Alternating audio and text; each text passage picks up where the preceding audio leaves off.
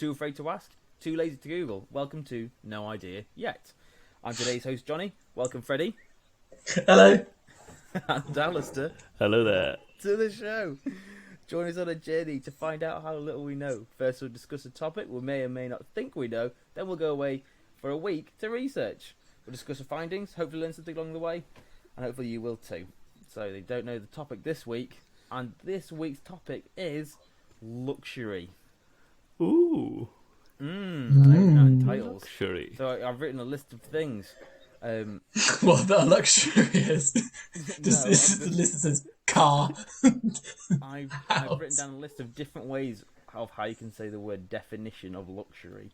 No, it's not that. What's the come on, guys? What's the definition of luxury? You've robbed us. You've already got it. No, You've written down 15 definitions, or 15 ways you can define. No, I haven't. Say what? No, he's really dyslexic. It's 15 spellings. Yeah, what's the definition of luxury? Alistair first. I'd say it springs to mind things of like a pampered nature, or sort of, very kind of the opposite of harsh and hard. It's like the bougie kind of the nice stuff. When you say bougie, I think bourgeoisie, and I don't know if that's Different. I'm pretty sure. That's where it comes from, isn't it? No way. Is it? Well, the bourgeoisie is like it's the bourgeoisie and proletariat, right? You got the proletariat, the kind of the working class of bourgeoisie. That's where when people say bougie, that's where it comes from. Definitely, I'm sure. I'm going to try and write down bourgeoisie, and I have no It's idea. a fun one, yeah. I'm just about aristocrats. Yeah. But I was thinking of Bohemian. No, if you, that's the opposite. I think maybe it's a fairly new word in terms of people using it. But if you could talk when I'm describing our grandma's where she lives now, it's very much like a bougie student flat, right? It's just because she lives in this kind of retirement palace, if you like. It's not an old people's home, but it's just kind of like like I said, it's a very fancy student flat, basically, equivalent of. Freddie, when you think of the word luxury, what is your definition? I mean, I'm gonna be all #woke about it, and I'm pretty sure it's just something you can live without. Oh yeah. When I thought of it, I was like, is it just something that's not essential? Luxury item. Yeah. And then I mean, Probably a better is it? definition, actually, to be fair. No, I like yours. Soft things. Soft things are nice, and I like it. Yeah.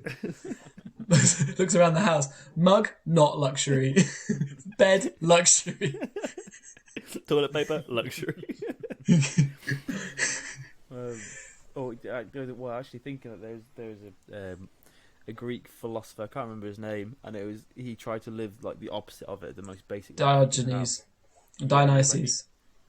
Yeah. So the D, and the only thing he had was like a bowl for drinking water, and then he saw a kid drink with his hands from the fountain, and I was like, I've been living a life. Threw the bowl away, and then it was like had nothing of possession because the cup was a luxury. But yeah, so the things I wrote down for like different thoughts of first is like luxury items. So then it's luxury lifestyle, what that includes. Then it's first world. Then behaviours, because sometimes we're talking about luxuries like voting or anything like that. It's horrible, but that's why it's only afforded to some of us in a certain things. You know what I mean? And then class system, and then also an idea of like jealousy culture of kind of everyone wants it, but doesn't like see. Well, okay, we got so much to talk about. I mean, slow down. Don't tell us all your notes. I mean, you're right though. In some cultures, like certain things are luxury that aren't in others, right? Yeah, I think that's mad. The idea. I'm literally drinking clean water right now. Yeah, it's completely relative, of course it is. Yeah. So you like. The first thing to say is like items and lifestyle, and I guess you could say like the culture, if you know what I mean. So like, also you saying it's relative. Like what is a luxury? I guess anything non-essential you could say is anything that isn't shelter, food, water, and anything else is a luxury, I guess. I feel like one of the things that springs to mind for me is like luxury brands, right? So sort of the idea of things that are like just designed to be more expensive and just in some way superior, but probably not really on the face of it. Like it's all a bit superficial. Ooh. Yeah, no, but like what you're saying, I really like that. Things, because there's luxury brands, and then there's brands that are just good quality, and that doesn't mean they don't necessarily. They have a Venn diagram that crosses over, but they're not. It's not interchangeable, right? Like if go back to mugs, because there's one in front of me. If a mug company makes a really darn good mug, it's perfect, flawless, goes in the microwave, can be washed in dishwasher, doesn't matter, doesn't make it luxury because it does all the things it does. But then you have like a Louis Vuitton handbag that actually might fall apart if it's not made particularly well, and yet that's luxury because it's got the brand name on it. Basically, the crossover between luxury and quality is not necessarily there. Yeah, but it and price as well. Yeah. Well, Also, I guess one thing I may have confused with doing it of like is affording. Do you know, like, say if you're in a dictatorship, you can't afford the luxury of voting. Doesn't mean it's not essential, but it means that it's effectively become. Do you know what I mean by that? I think that's when you get to the whole thing about luxury being relative to it's something that people would view as being better than what they have currently, or as being superfluous, like, as Freddie says. My situation's so bad that I can't afford the extra luxury of having to do this. Do you know, like, if you're in a war-torn country, you know, like, even finding a life partner may be difficult to do, and you're just a case of, I just need to find food for the next day. Like, I guess it comes in stages, doesn't it, of, you know, how free you are to do what you want to do. Then I think there's the flip side of that coin would be kind of like the whole, where are our luxuries, you know, luxuries in the modern world and how they are corrupting us and everything. So. Yeah, and that goes on to like making it soft, thing of, like, first world soft things, you know, lifestyle. And I remember it was a thing for like why we have fashion and things like that, because you know why things go out of fashion, you know, and it's, I think originally, so it's like Renaissance or something like that, or maybe Georgian, I don't know, France somewhere. I remember hearing a thing of being like, the reason why fashion's changed is because if you're really wealthy, how can you show that you're wealthy? And it's a case of buying things. Yeah, but what happens if you fully kit out your mansion and it's perfect? In 20 years, yeah, but how do you show to somebody else you're still rich? In a case of, oh, you change everything. NFTs. Yeah, how do you change AFTs? What? NFTs, I would say, the new, there were. New Forest Trust. They're the non-fungible tokens. They're the things that people are buying, like the art industry thing that's like crypto-related art industry. Oh, he's come with a crypto tangent. Gone. He's trying to get back to the... This is episode 8. I don't know. Sorry, go on. Well, but something that... Hold on. I was just saying, like, that thing of that luxury of being like, you changing your house to make it look nicer. Like, it's still fully functional. It's just a case of you changing the skin to show that you have money to change it. And that was a thing of like aristocracy. Okay, so I'll pose a question to you. What's the time scale of luxury, right? Like, if you're having a really bad day and you don't have the luxury to go to the coffee shop you normally go to, or is it if you've just lost your job, so that month you haven't got luxury, or is it like a life thing? If you have a life that allows you to have luxurious things, what's the kind of time scale of luxury, or is it all of them? Because sometimes the luxury can be day to day. Do you know, saying like, you know, if you just need to find a place, you know, if you're in the Arctic and you're like, I just need to find somewhere to be warm, you know, like, it's just of that instance. Whereas, no, wait, here we go. Is that luxury? That's survival. yeah, I think that's too small. You gone too down. It's when people say I can't afford that luxury, and it's usually something which is essential and it is part of our everyday life. But it's that phrase, isn't it? I can't afford the luxury. And usually, yeah, but I think that's just a phrase that people throw out. I think you get too bogged down in the linguistics of it now, like, rather than just... I think like the lowest point for me anyway is just if something you can live without. That's the lowest point, but we don't really use that in our day to day. Like, yes, I can live without toilet roll, but I'm not calling it a luxury. It's like a thing that I genuinely need. Again, that comes back to how quickly we get used to things that we sort of, like have, and then just, start off as a luxury, but then very quickly it just becomes something that's like part of our life. And then so I think that's how you kind of get down this slope of very kind of, I don't know. Was it one of you that was telling me about how? Cause I was talking to someone, I thought it was you guys, how in a job, like, people work harder in their job if you give them something like, free coffee in the workroom, rather than actually increasing their pay by 1% that would cover the cost of that coffee, right? That they, even though they work better, that the person I was talking to, or talking about this, said, yes, but you can never take it away ever. Because they've got used to it. If you take it away, you are robbing them.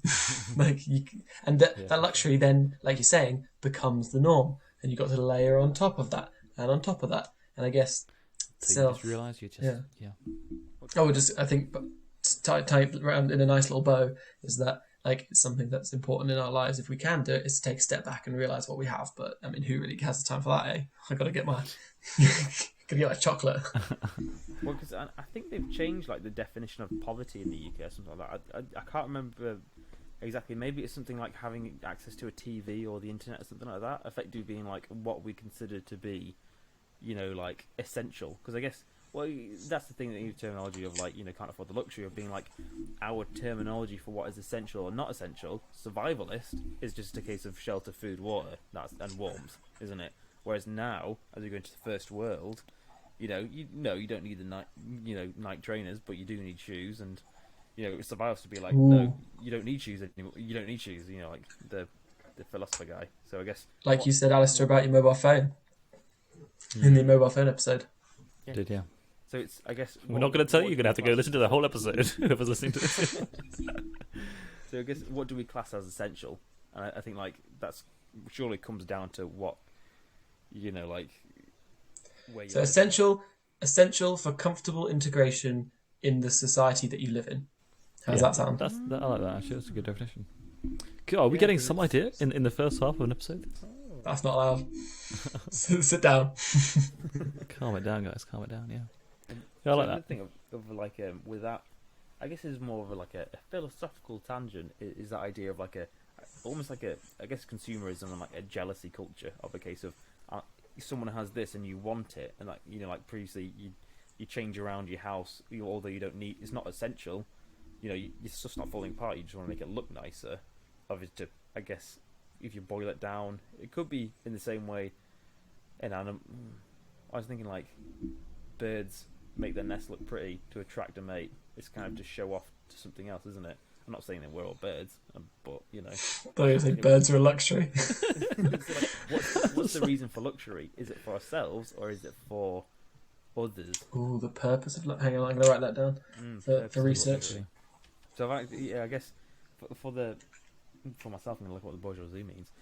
But for questions, I'm not saying cutting it short now, but to write down, so just what I've got in my head is the different levels of luxury, I guess. So what is classed as luxury and what is essential, and then what is the purpose of luxury? Because can animals have luxurious lives? And do you want just to clarify? Do you want us to get the definition of luxury? Just obviously, I don't really think you need to say anymore that you get the definition of luxury. I really hope that's Johnny's the biggest episode. part of your So research is definition. 80% of your research should be the first thing that comes on Wikipedia. He's actually the #1 user of dictionary.com. I reckon as well. The whole I think the movements towards like minimalism and things that are kind of like pushing against this idea of everything we need in our lives. We should definitely talk about that in the next half. But the research is that like in order to be able to be minimalists is a luxury. Ooh. Mm-hmm. Yeah, I like that. I like that actually. Yeah. Because I guess as well, sometimes not hoarders, but it's a case of being like you can't afford to lose anything. So like I need to keep everything just in case. Whereas when your house is empty of everything, and it's kind of like, oh, it's because I don't need it. Because if I need something, I can just go get it. I guess. Yeah. Or you've got loads of storage. This will be quite interesting. Yeah. So for next week's episode, I'll be recording the first episode. Hopefully, I'll be recording in my new place, and therefore I'll go from having quite a lot of stuff here, and then just like go back to basics, and have a very similar vibe with that. So that's actually it's very well timed episode choice, Johnny. Hey Johnny, how's your spare room? If you have one, is it filled with crap? Are you in it now? I'm in my spare room. It is kind of filled with crap in the sense that I've got like an IKEA unit full of stuff, but it's not like on the floor, if you know what I mean. As when I lived in Chester, there was a room that was just only full of crap. You couldn't use the room. The crap room. It's not the toilet. It's yeah. Designated crap room. It's the garage now, though. I mean, the garage has got loads of. Well, I guess as well. Are sentimental items a luxury? Do you need them to survive? No, I don't think so. Yeah. Well, very interesting topic, Jonathan. Very interesting. Yeah. I guess as well, part of it, like the different levels of luxury, also looks into class system, isn't it? Of what someone classifies as a luxury. One thing could be, like it's from a film. So like We're the Millers, and it's kind of like one of the people he finds is a girl who's homeless, but she still has an iPhone. And it's like, how do you have an iPhone? You're homeless. And the idea that like in our society, is a phone even a luxury anymore, or is it actually an essential item? Yeah, I go back to what I like Freddie's point about it. Yeah, sort of to live comfortably or to live to even get by in the society in which you're in, it's obviously going to be very relative. So yeah, I like that a lot. Yeah, I think that's it really. I think we've kind of covered a lot of it. So going through luxury items, lifestyle, first world, classic. I think the behaviours part. I was really thinking. Do you know of when you're seeing a dad? There's a picture of it's in a blown out building, and there's a dad with a bath washing his kids, and it's like everything is chaos around him. Yet the thing that was most important is obviously just you still have to live your life. Whereas I guess it's the difference between living a life of luxury. In I guess the UK is a luxury country, if you know what I mean, compared to another one. If you go to first world, second world, third world, and it's there's so much we take for granted, which we look at as, oh, is a phone even a luxury, or is that actually essential in our society? Whereas you literally go get on a plane somewhere else, and suddenly you're in a place where people can't be who they want to be, they can't do what they want to do. Everything, free healthcare, damn it. Yeah, everything's as I was saying, it becomes. It's not fair because it ends up becoming it's not essential, so therefore it's a luxury. The fact of for voting for people or being who they want to be, they're not allowed to be that person or do what they want to do, and because it's not essential to wherever they're living. It's more important. It is that sort of survival. It's that sort of the life problems versus money problems, right? And how everyone has both. But if you solve your money problems, then you can focus on the rest of your life problems. I think that's basically plagiarised from a Casey Neistat video. But he did a lot better than that. But yeah, no, that's I think that he's a millionaire. Well. Yeah, exactly. He is. But he just talks about basically being rich versus being poor. I think as well. I guess so much of our problems are actually, you say money can't buy happiness, but so much of our world revolves around money that it ends up being not a source of happiness, but it allows you to do all the things you want to do. Yeah, exactly. You don't have to work a really bad job because you're really rich. It's a case of that will make me happy because I don't have to do the thing that makes me really unhappy. No, I'm with you on that. I'm excited to research some of these things and talk about them later because I've got a lot to go off. I just want to check myself before I wreck myself. Yeah. So the things luxury items, luxury lifestyle. The luxuries in, I guess, looking at the different first, second, third world luxury behaviours, which is an odd one, because I guess as well for we get in the idea of a woke culture, if you know what I mean, and that is you never before you were able to do that. It was only because of the internet that you were able to have a voice, you're able to actually talk freely and be who you want to be, rather than having to live to a certain set of examples within the smaller area that you currently live in. I like that you said that quite a few times already. The thing about being who you want to be and that self pursuit of happiness. I think that's quite a very Western idea, but it is it is very much a luxury, and it's something that we very quickly take for granted. Yeah, again, Western, Eastern and Western, and you can't take it away without horrible repercussions if you've had it before. Exactly. So I guess also all relative. Other things with levels of luxury, what's classed as definitely one thing is what's classed as poverty, because I feel that would be when you're not able to fulfill the essentials. And for the great, I'm assuming completely off the bat quote by you, Freddie, about saying it's you being able to integrate into a society. I'm gonna record it. I'm gonna write it down. And then also I can't even remember what I said. I know. And what's the purpose of luxury? Yeah, like a dog.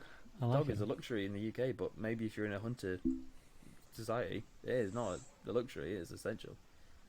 The pet insurance is probably a lot cheaper by then. So, I mean, my guess as to why it was. Animal welfare, episode 3. Was it episode 4? Right. So I think is it a catastrophe then? I think that's yeah. So I think I'll wrap up for this half of the show. Whenever you do the intro and the outro, your brain does, but you can just see your brain leave your head when you're looking at your face. It's just the connection is quite funny.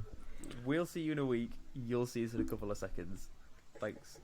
Not even thanks for listening, because you're going to be listening for a couple of seconds. That's just it. I'm going to end it there. Episode 15. Let's go. You've done some such smooth ones.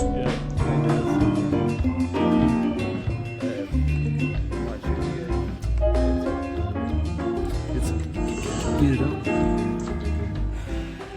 Gotta get the cans on. Right, I like you. was That that really? sounded amazing. Are you recording, by the way? Yeah, definitely recording. This is going in the intro. Before 100%. All right, I'd like you to welcome us back, but not you listeners, because you haven't been anywhere, whereas we have. So we're coming back to the topic of luxury. I hope everyone's had fun with it. First off, it's the greatest part of any kind of show, and it's the definition part of the show. And this is probably the first time where I think we've actually been. I think usually we'll try to come up with a definition, and then we kind of agree on it, and we're like, yeah, we think this is it, and then we kind of just assume that's the definition from there on out. And this one, I think what we said is a case of it's something which is not a necessity. So whatever that entails. But the definition itself was a state of great comfort or elegance, especially when involving great expense. So it wasn't a case of something being non-essential. Freddie's put his hand up. I do have other definitions I found. There are 3 other examples. Good. How you used them. Good. First one, lived in luxury, a condition of abundance or great ease and comfort, a sumptuous environment. Other one is one of life's luxuries, something adding to pleasure or comfort but not absolutely necessary. And then an example would be you've got the luxury of rejecting a handful of job offers, an indulgence in something that provides pleasure, satisfaction or ease. So those are Rejecting job offers definitely gives me pleasure and ease that I've never ever experienced. The ease of. Oh dear. But yeah, so like we're sure we all research on different areas. Me personally, I went on to more of like the poverty side. But I'll hand over to first, Freddie. What's some research that you took away with you? I just wanted to talk about your definition thing because I wanted to first of all agree and say, man, isn't it mad that I was totally on the track of like luxury is just something that you don't need, and then end up finding out all this stuff about people kind of tearing down luxury as kind of an interesting social thing where it's like actually it's not too much about not needing it. It's more about a weird balance between something that's expensive but not rare, but is great and people want it. And a lot of it came into the economics. So I was just going to say that the economics definition of luxury, I can hear everyone like edge of their seats with excitement of the economics definition of luxury, is a good for which demand increases more than the income rise, i.e. like fewer and fewer people can afford it because income doesn't rise enough for many people to get it. And the opposite of that is necessity goods, where apparently like the demand is always lower than the income rising, although demand rise exists too, but you can always afford it. Very strange because I kind of never thought about it in that terms. I mean, I think that at work, all our suppliers are saying, oh yeah, we're just going to have an increase. I'm like, what? Somebody's saying, the raw materials for steel have gone up by 400%, so some of our items are going up by 25%. And it's just, mad, just the percentage increase they're having. That's something that actually popped up, really, because it was like luxury items are actually, okay, in some ways, what I found, kind of a product that is seen as good quality, but also kind of expensive, but also kind of like just that bit different or better that you kind of want it. But the thing is, it's actually totally like in your head, because if, for example, like my company decides that it needs to get, we need, like you're saying, we need steel for this, and the steel price has gone up. There's no luxury steel. Like, even though there's better quality steel, it's not like, what steel should we use for the beams that we need here? We'll use that fine ass luxury brand of steel. No, you just have the good quality steel and the low quality steel. Good quality costs more. So luxury is totally like, it's conceptual, and brands have to work to keep that concept alive. But I think I sort of think like, do you see the it was in the news not too long ago about the wheels for the Apple Mac? You can spend ridiculous money on the Mac now. The wheels were like £999 or something, or something like that. No, it was the stand. It was the stand. The stand was the wheels. Like 200 or something. Yeah, it was something stupid, but they have to do that to kind of keep this vision of because Apple's done this crazy thing. If you think about it, like they've got incredibly a luxury idea of their brand, but actually the materials they use to make it are actually quite cheap. And everyone has one. Exactly. So it's almost like you're trying to. Do you know how credit card companies will try giving you more of a loan regardless? Like, oh, cool, you've been here so long. How about here's some more money, like an extra $2,000, or like we'll double the amount of loan. And it's like that's not really the best thing to do. And the same with Apple, because people will just pay through the nose to get Apple products even if they can't afford them. So putting like a computer stand at £1,000, they'll be like, "Yeah, I really need that." I think they are just to try and keep it with that luxury idea. Like if you got like whereas obviously they don't actually expect to sell that many of those, but it gets obviously the memes and everything going, which is. I guess that does tie it to not needing it but wanting it, but still, yeah. Apple with the with their luxuriness is quite a unique case. And obviously, like Ferrari is a luxury brand, but it's very expensive and high quality and everything. One thing I learned today, bring it all back to my work, is underfloor heating. So I was like, oh, I know we. Oh God, I always wondered that. Amber and Devi, and then I looked into it. I was like, oh, it's actually from the same company. I didn't realize that it's just two products that they sell from one place. And then looked into it and I was like, oh, okay, so one, you've got the Amber, which is, it seems like not the base model, but one version, and then there's the Devi, which seems like the more premium. And then you ask, like, what's the difference? Because I think one's got a 12-year warranty, one's got a 20-year warranty, and it's about like a £60 difference for like a pack or whatever. And it said, yeah, it is the exact same item that you get in the box, you're just getting a better warranty. That's the only thing. So like that extra £60, you're just paying for an extra 8 years. And it's the same with like the thermostats. They just chuck on an extra like £50 per thermostat. They do the exact same thing. It's just one looks a little bit different, and they're literally and one has like an extra 3 years warranty or something. And so it's definitely just the exact same product, a different box, and the idea that it's better, if you know what I mean. Yeah.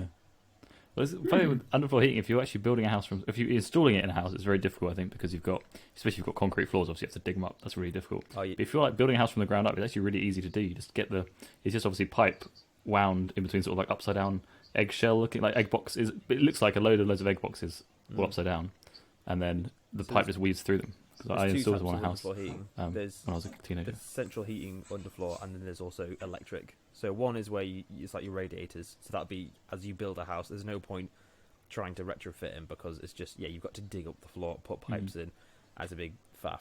Whereas the other one was electric mats, and so it's a case of it's just electric wires. And they just heat up. That's all it is. You're just passing a... I've seen that cool GIF on the internet. I have not. Where it like shows how it gets laid and stuff. And I'm like, oh, that's kind of easy looking. Yeah. So yeah, all you do is just lay a mat, then you just tile over. That's how electric blankets work, though, isn't it? Yeah. It's with the thought. Why don't you just save the effort? Get some electric socks. Makes you go fast. Yeah. That would be pretty cool. Totally the exact same experience of the lovely luxury of underfloor heating. Just wear thicker socks with special heated socks. Turn the heating on or put on a jumper. I mean, come on. All right, my mum. I mean, I'm definitely... Abby would be like, oh, I'm cold. Abby, you're not wearing socks, though. I mean, come on. As soon as I put socks on, I'm a good 5 degrees warmer. So it's always... Before we do anything, put socks on. Like... Thanks for that, mate. That's there you go. It's a little...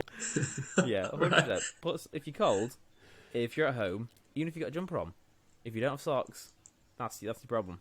They're little like heat loss, right? Yeah. So basically, Johnny's like, you can only put the heating on once you have a hat, gloves, socks, a scarf, and at least 2 jumpers on. Then you can touch the thermostat. Johnny, your kid is totally going to be one of those kids who walks to school in his shorts in like the winter. Yeah, we used to wear shorts all the time. My mate Simon, I don't think he ever actually wore trousers to school. I think literally all year round he would just wear shorts. There's always that kid, with the t-shirts. There's always the one kid.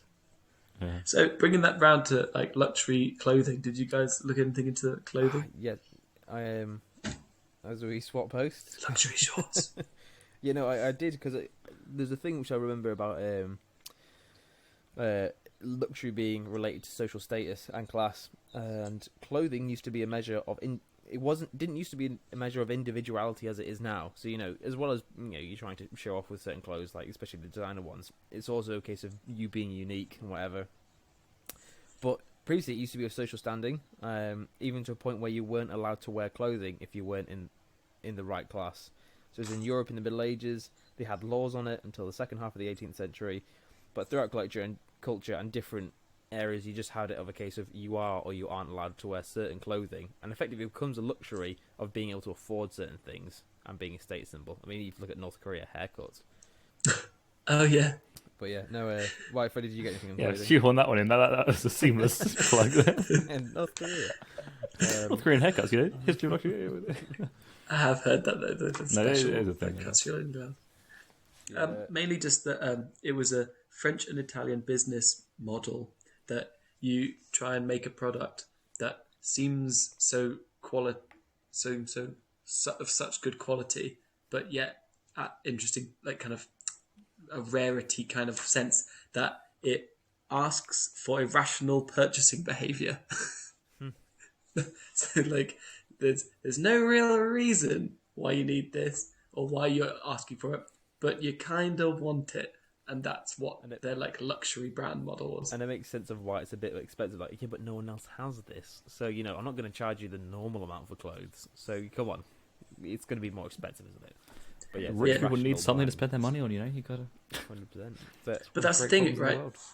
This book that I only read, I won't like the first chapter of, but whatever, is called The Idea of Luxury: A Conceptual and Historical Investigation by Christopher Berry. Look, I read the first chapter, so I consider myself an expert now. I've written a paper on it because yeah. And they were saying how expense nor rarity on their own standing define luxury. And their first example was funny because they were saying like it's almost a parody of itself. So this isn't actually clothing, but this is on the 31st of December 1987. There was a report on a Lake District hotel that offered a weekend break of you basically. The idea was, as the Miss Carolyn Graves, the director of the hotel, said, is that it's a big spending break for people who work so hard that holidays are a rarity and have to be crammed a full year's worth of pleasure.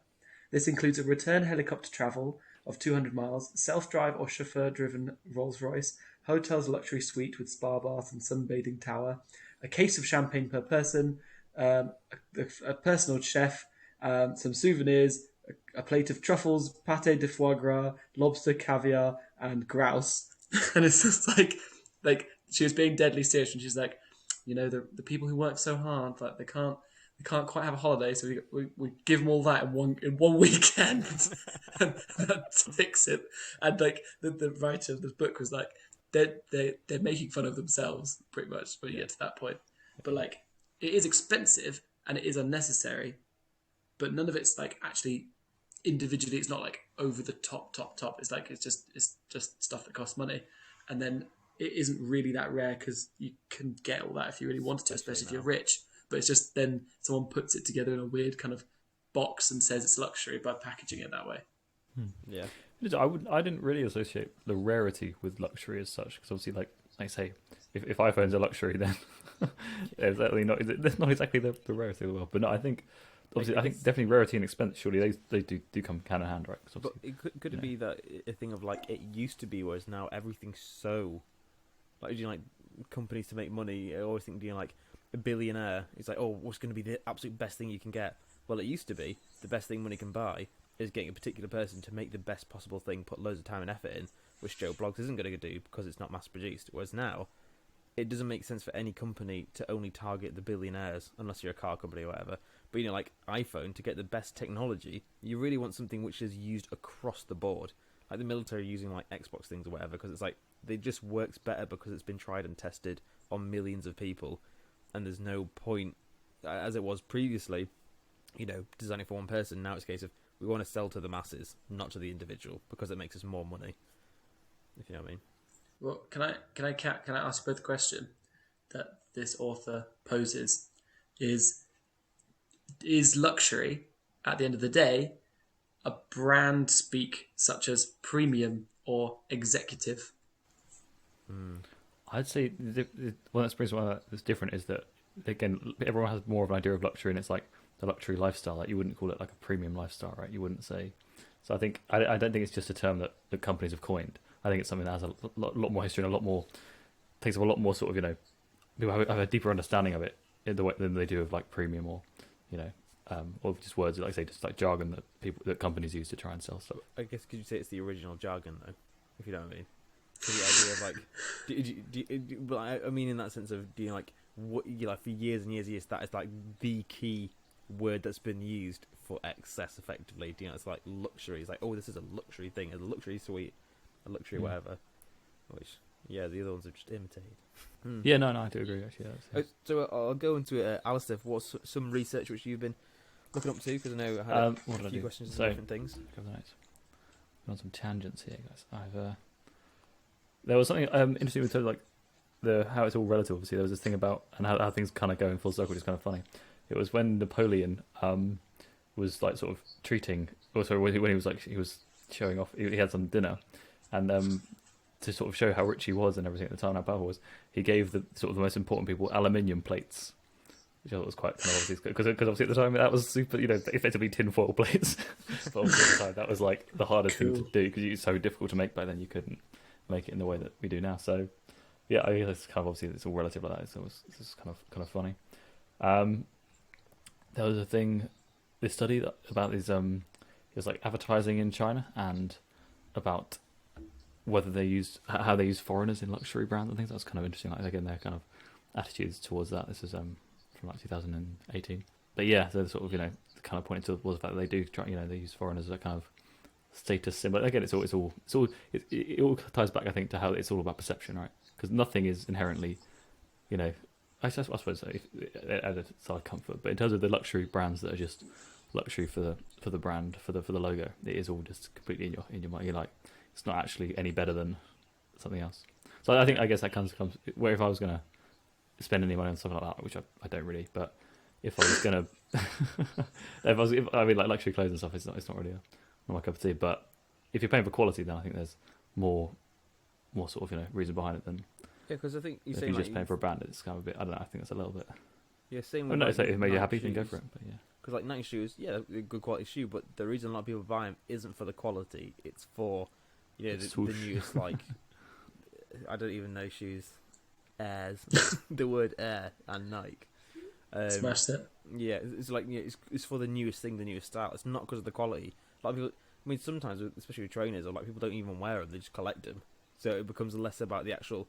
As you're saying, like it's not prioritizing even quality necessarily, just the actual. I think there's a huge amount of brand loyalty there as well, right? Massively. So like, I don't know. Yeah, I think all that stuff when Trump was the whole thing about like taking a knee and everything, and Nike standing up to that and doing that.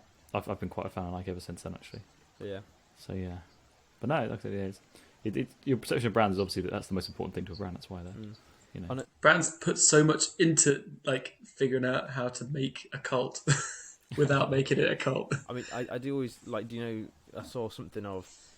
It was for like a women's sport or something like that, and it was very like an empowering advert. And I was like, "Oh, that's really good." But and then in the back of my mind, I'm thinking, it is good and it is really empowering. I think they're making a really good point. But also in the back of your head, you're like, is it just somebody who's like, "Oh yeah, sweet, let's just target this target audience, and then we'll just hammer it with ads, which make them feel empowered and buy our product." So I think it's that kind of thing. It's good because you're putting that message out, but it's also like on the back of it, they're cashing in on it, if you know what I mean. So the same with like Nike, they're like, cool, if we bend the knee now, then we can probably make a load of sales. You never know where they're coming from. I mean, it's a either scratch back kind of thing, or they're just using it. You're like, oh cool, we don't care, we just want money. Or is it a case of no, we support this, also we get money. Yeah, no, for sure.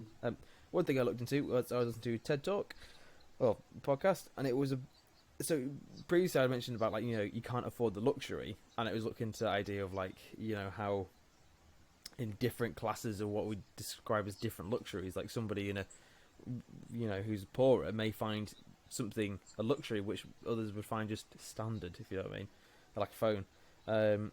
And this one was saying it's a study in America of 1,000 kids and adolescents who were just randomly chosen of different social standing.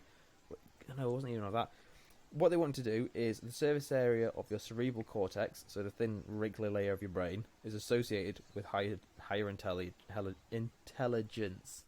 Association, though, bear in mind, so it's a case of its correlation. And they found that family income has a correlation to surface area. Effectively meaning that on average, you'd find that somebody who's got a higher family income as a child will have more surface area, and therefore averaging a higher intelligence. So it's a correlation. Oh, there's a lot there to talk about. But so like, meaning on average, children from lower income families will have lower language skills as well as the ability to avoid distraction and exert self-control. So those are the main things they found from it. And it's saying we're all born the same, brain-wise, and it doesn't make a difference for your age, your sex, your ethnicity, or your race. The one thing that affected it was money, effectively. And I think it goes into a bit of like the reasons of why it affects it. And again, they said like it's not a rule. As with heights with kids, you know, you assume a boy may be taller than a girl, but you know there'll be tall girls and stuff like that. So it is, you know, you can't make that as a one rule thing. They're very like clear on making it. No, it doesn't mean if you. Sorry, they made these crazy sweeping statements, and then they were like, "Oh, by the way, it's not actually. It's not No, but it's more. But it's it's just more of a general kind of, you know, like. Yeah, well, no, like money is the only determining factor in intelligence, but you know, not really. Like, no, it was because it wasn't crazy. Yeah, the main things for there was because it's brain stuff, so they're kind of like they're finding links where they can. So the biggest thing was it's language skills and ability to avoid distraction, and exert self-control, and they also find with like some Q tests that would also correlate to it. So again, okay, and this was in America. Yeah, in the US. It's just like this is one of the richest nations on the planet, where even the people at the bottom of the chain should probably be pretty much in the 1% of the world anyway. And this is like, if this is true, which I'm really taking maybe 2 handfuls of salt in here, we'll see. Like the food ability to get hold of food and like less stress that comes with having comfortable wages and stuff. Like, I mean, you should still not be affected, surely. Yeah, well, this is the thing. The possible reasons for wealth to affect brain structure would be healthcare, nutrition, stress, secondhand smoke, the possibility of lead, discrimination, teaching, human interaction. So again, like, you know, usually if you've come from, you may have it of, say if lower income, you may have to work 2 or 3 jobs just to afford rent kind of thing, then you're not going to have as much time spent with your child, whereas somebody who's got more money, they've got more time spent with the child. You know, it's something like a kid may have up to like 30 million different words, something they'll just like hear around them, but you can bet somebody who doesn't have the same interaction with the parents because they're too busy at work, they're not going to have that same kind of influx. So it's more of a case of it's not that money affects it, it's just that lifestyle choices really, and and that with lifestyle comes, you know, it's affected by that. So sorry, I was just quickly, Fred, I'm not convinced, Freddie, that the poorest people in America are in the top 1% in the really No, definitely. So I feel like homeless people in America will probably be pretty bad. No, I'm not saying that. I'm not saying they are. I'm saying the richest country in the world should have even the poorest of them in the 1%. Obviously they don't. Yeah, I agree with that. Oh, obviously they don't. I'm just saying. I thought you said they did. Oh, yes, I thought you were saying that, like. Oh, maybe. Oh, we can go back and check, but that's what I meant. Like, you have horrible disparity there. Yeah, it's just that it's so bad. They should be at the top because of like the GDP of the country, but they're not. Part of the study is. I don't feel like it's 30 million. Sorry, just pick up what you guys are saying, rather than. But I don't know. But I don't think it's 30 million words. It might be 30 million words total, but I don't think it's 30 million different words. Obviously, it's not 30 million different words. The English language only has 4 million. Oh yeah, 30. Yeah, anyway. 30 million. It was something I can't remember because I remember reading it. I can't remember. I think it's like 30 million words a day or something stupid like that. That's it's something 30 million and words. That's the thing. I'll try find it. But I'll finish off with that would be like no. The study which they tried getting to in the end was it was to give money to mothers of varying amounts to see the possible benefits and possibly for future stimulus checks. Effectively, being like for like if you were to have it ranged from something like $80 to $300 a month or something. To see if that would make a difference for kids and like learning. Did you work out how many that would be a second? It's 20,833 words a minute. I was like, I do a million seconds is like 11 days, so I was trying to work it backwards from that. I was like, there's absolutely no way. Unless you were just listening to Eminem on repeat on like just this on 2 times speed. The thing I found, if you're on 20,000 a year, you can bet $10,000 is going to make a huge difference. Whereas if you're on 100,000 a year, 10,000 isn't going to make any difference. That was one thing actually I did touch on, which I'm sure you mentioned last week, Johnny, was about the whole like money buying happiness and the plateauing of that. I think we did sort of touch on this quite not extensively, but a decent amount last week. But yeah, the whole thing of like you get to a point and then you just like the money does buy you happiness to a point, and then it kind of definitely plateaus a fair bit. Yeah, of course. I mean, it's the stability of stuff. Oh, Yeah. Johnny, have you got it? 30 million more. Hear me out. It's not a day. It's not a day. What it is. By some estimates, kids from more advantaged backgrounds hear an average of 30 million more spoken words in the first few years of life compared to kids from less advantaged backgrounds. Years. Yes. Not a day. Years. Also, going out and about, being in the city, being Yeah. exposed to radio and Yeah. to people talking in different things. Yes, But you fair can enough. think as well But for, like- 30 million. I'm a celebrity. So. But yeah, if someone wants to listen to it, is How Does Income Affect Childhood Brain Development? And that's a TED Talk by Kimberly Noble. But it was interesting. Just it's more of a case of, like how more effort, and what they try to do from stuff like this studies is saying like we should put more effort into people who are for like mothers and stuff with money, and I think a lot of people will be like, oh well, they're just going to spend it or whatever, bad money management. But a lot of the time it isn't. It's that case of there's somebody who can only afford a bad pair of shoes every month which break, but somebody who's got more money can afford one pair of shoes which will last a lifetime. Also, you can't assume that people who have more money because they're better at managing money, which is obviously not true, right? In fact, if anything, someone who has less money is probably going to be better at managing money. So yeah, fair Sorry, point. John, I'm just laughing. Sorry, I don't know why I keep picking apart what you guys are saying today rather than actually God contributing damn to it. this. But you just said that rich people buy one pair of shoes that last a lifetime. What are you talking about? Have you heard like the thing about like the difference of like Yes, I know what he's talking quality about. of items? Yeah, that is. Yeah, But somebody who those can't shoes are going to last you a lifetime. First of all, your feet are going to grow. No, but I bought my baby machine. the concept is that a poorer person would have to buy a cheap pair of shoes because they'd be forced to, and therefore have to replace them more often, and therefore spend more money in the long run. But a rich person can afford to spend on a big good pair of shoes. That's the concept. I think it's not an example. The rich will have a magic pair of shoes that lasts their entire lifetime. Sorry, I don't know why I'm going off of that, but yeah. Those horrifying shoes that he sprays onto himself as a kid. in Clyde with Charles Meebles, did you just say? Yeah. Yeah, Just great film. can't get his shoes off, and it's just. Could you imagine how sweaty would it be? Where does all the They would be skin go? rotten. Oh, His poor feet. Yeah. I'm going to assume they're porous. As a good film for anyone out there who hasn't seen it. film. Clyde with I Charles haven't seen it, Meebles to be fair. would recommend. But yeah, so that's an interesting take on the idea of being like how you're how you're brought. The one thing it did say of like child's brain is malleable. It is not set in stone. Kids' brains will change. So it's not like.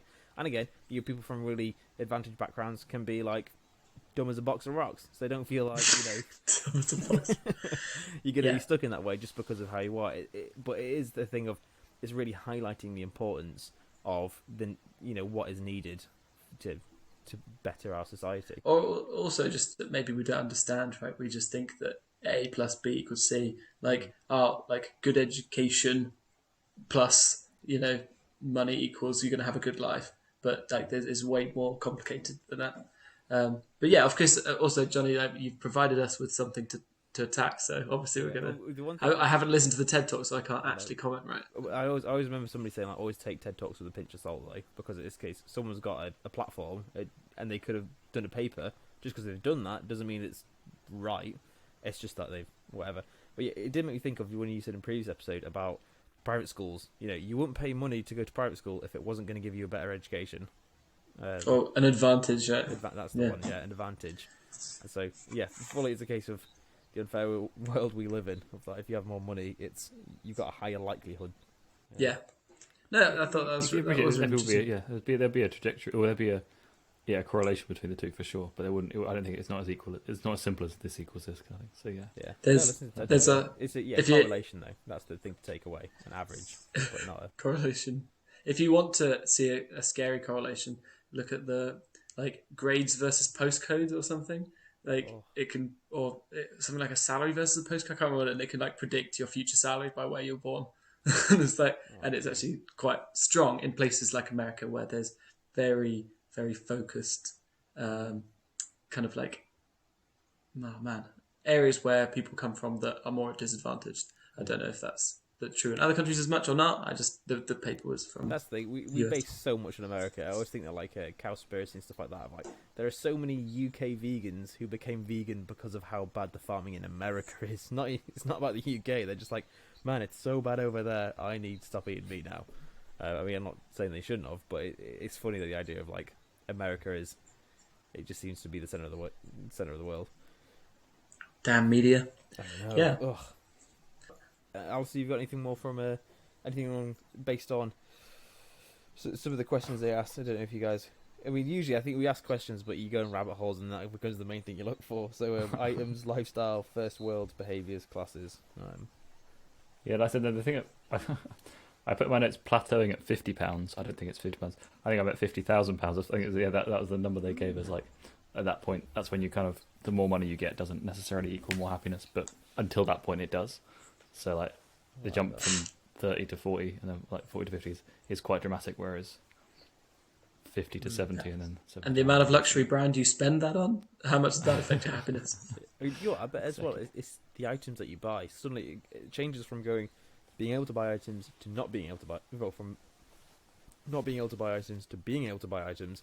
Then after you get after a particular wage, then it's a case of you buying different branded of the same items. So it's a case of you still buy shoes, you still buy a car, you still buy a house, but suddenly everything is just like it's the exact same thing, same function, but now it costs more because you have more money. Yeah, it's still people live to the means. You know, a lot of times you get a $2,000 wage, people just spend $2,000 more a year. For sure.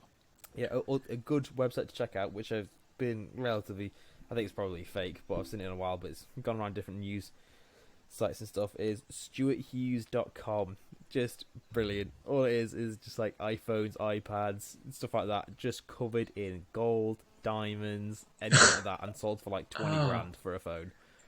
It's just great. I have no idea if he's actually sold any, and I saw like a web page about being like, you live in like somewhere in England in a kind of okay area, and you're struggling to pay.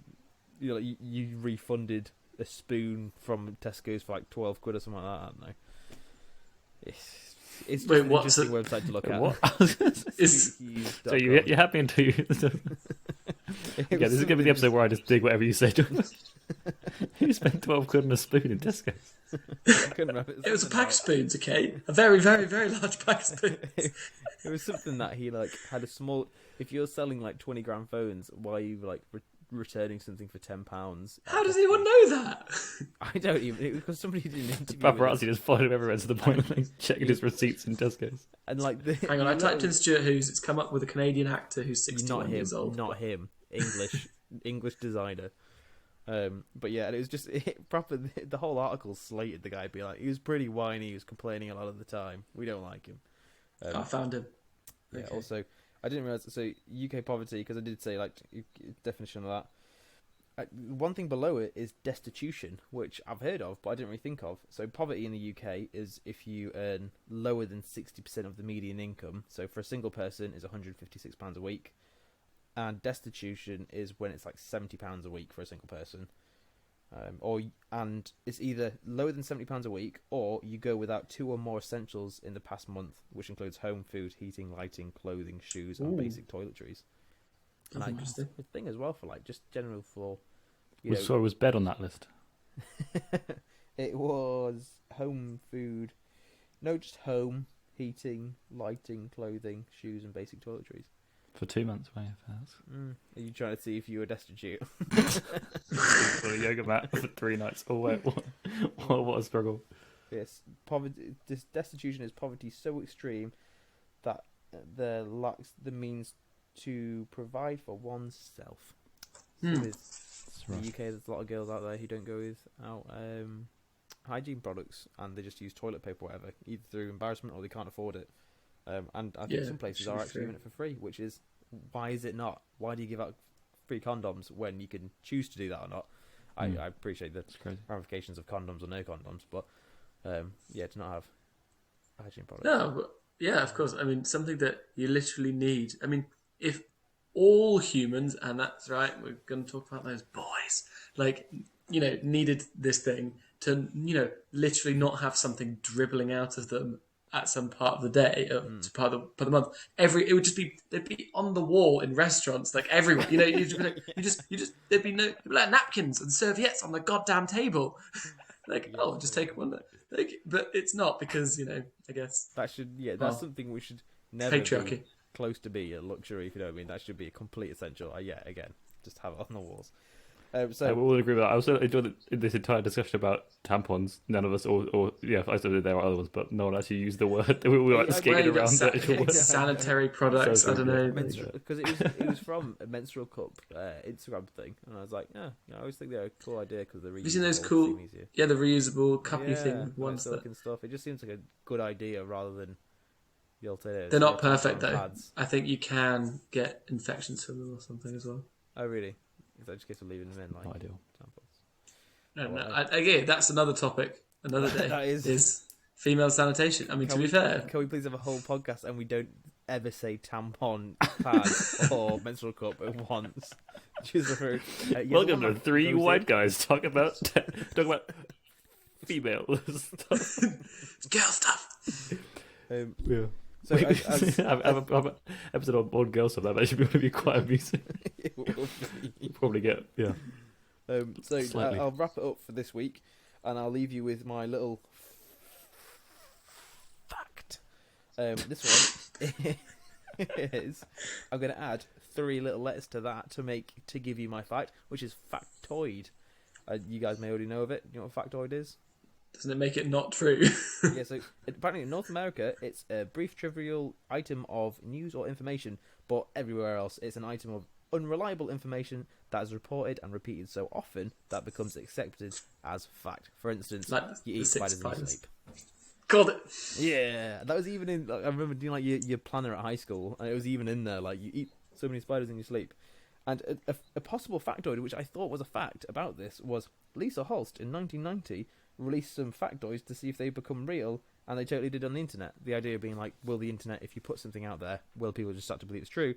But then it could be that that's a factoid, and that Lisa Holst doesn't actually exist. I don't know. And I tried looking into it, and it's a bit of like an internet myth. Is she real? Is she not? Who knows? Oh. But yeah, factoid. Something there which sounds like a fact, and it totally isn't. Well, thanks for that fact. That had nothing to do with luxury, as usual. End of the show. That's it. That's going to be it. That was great. Taking that sound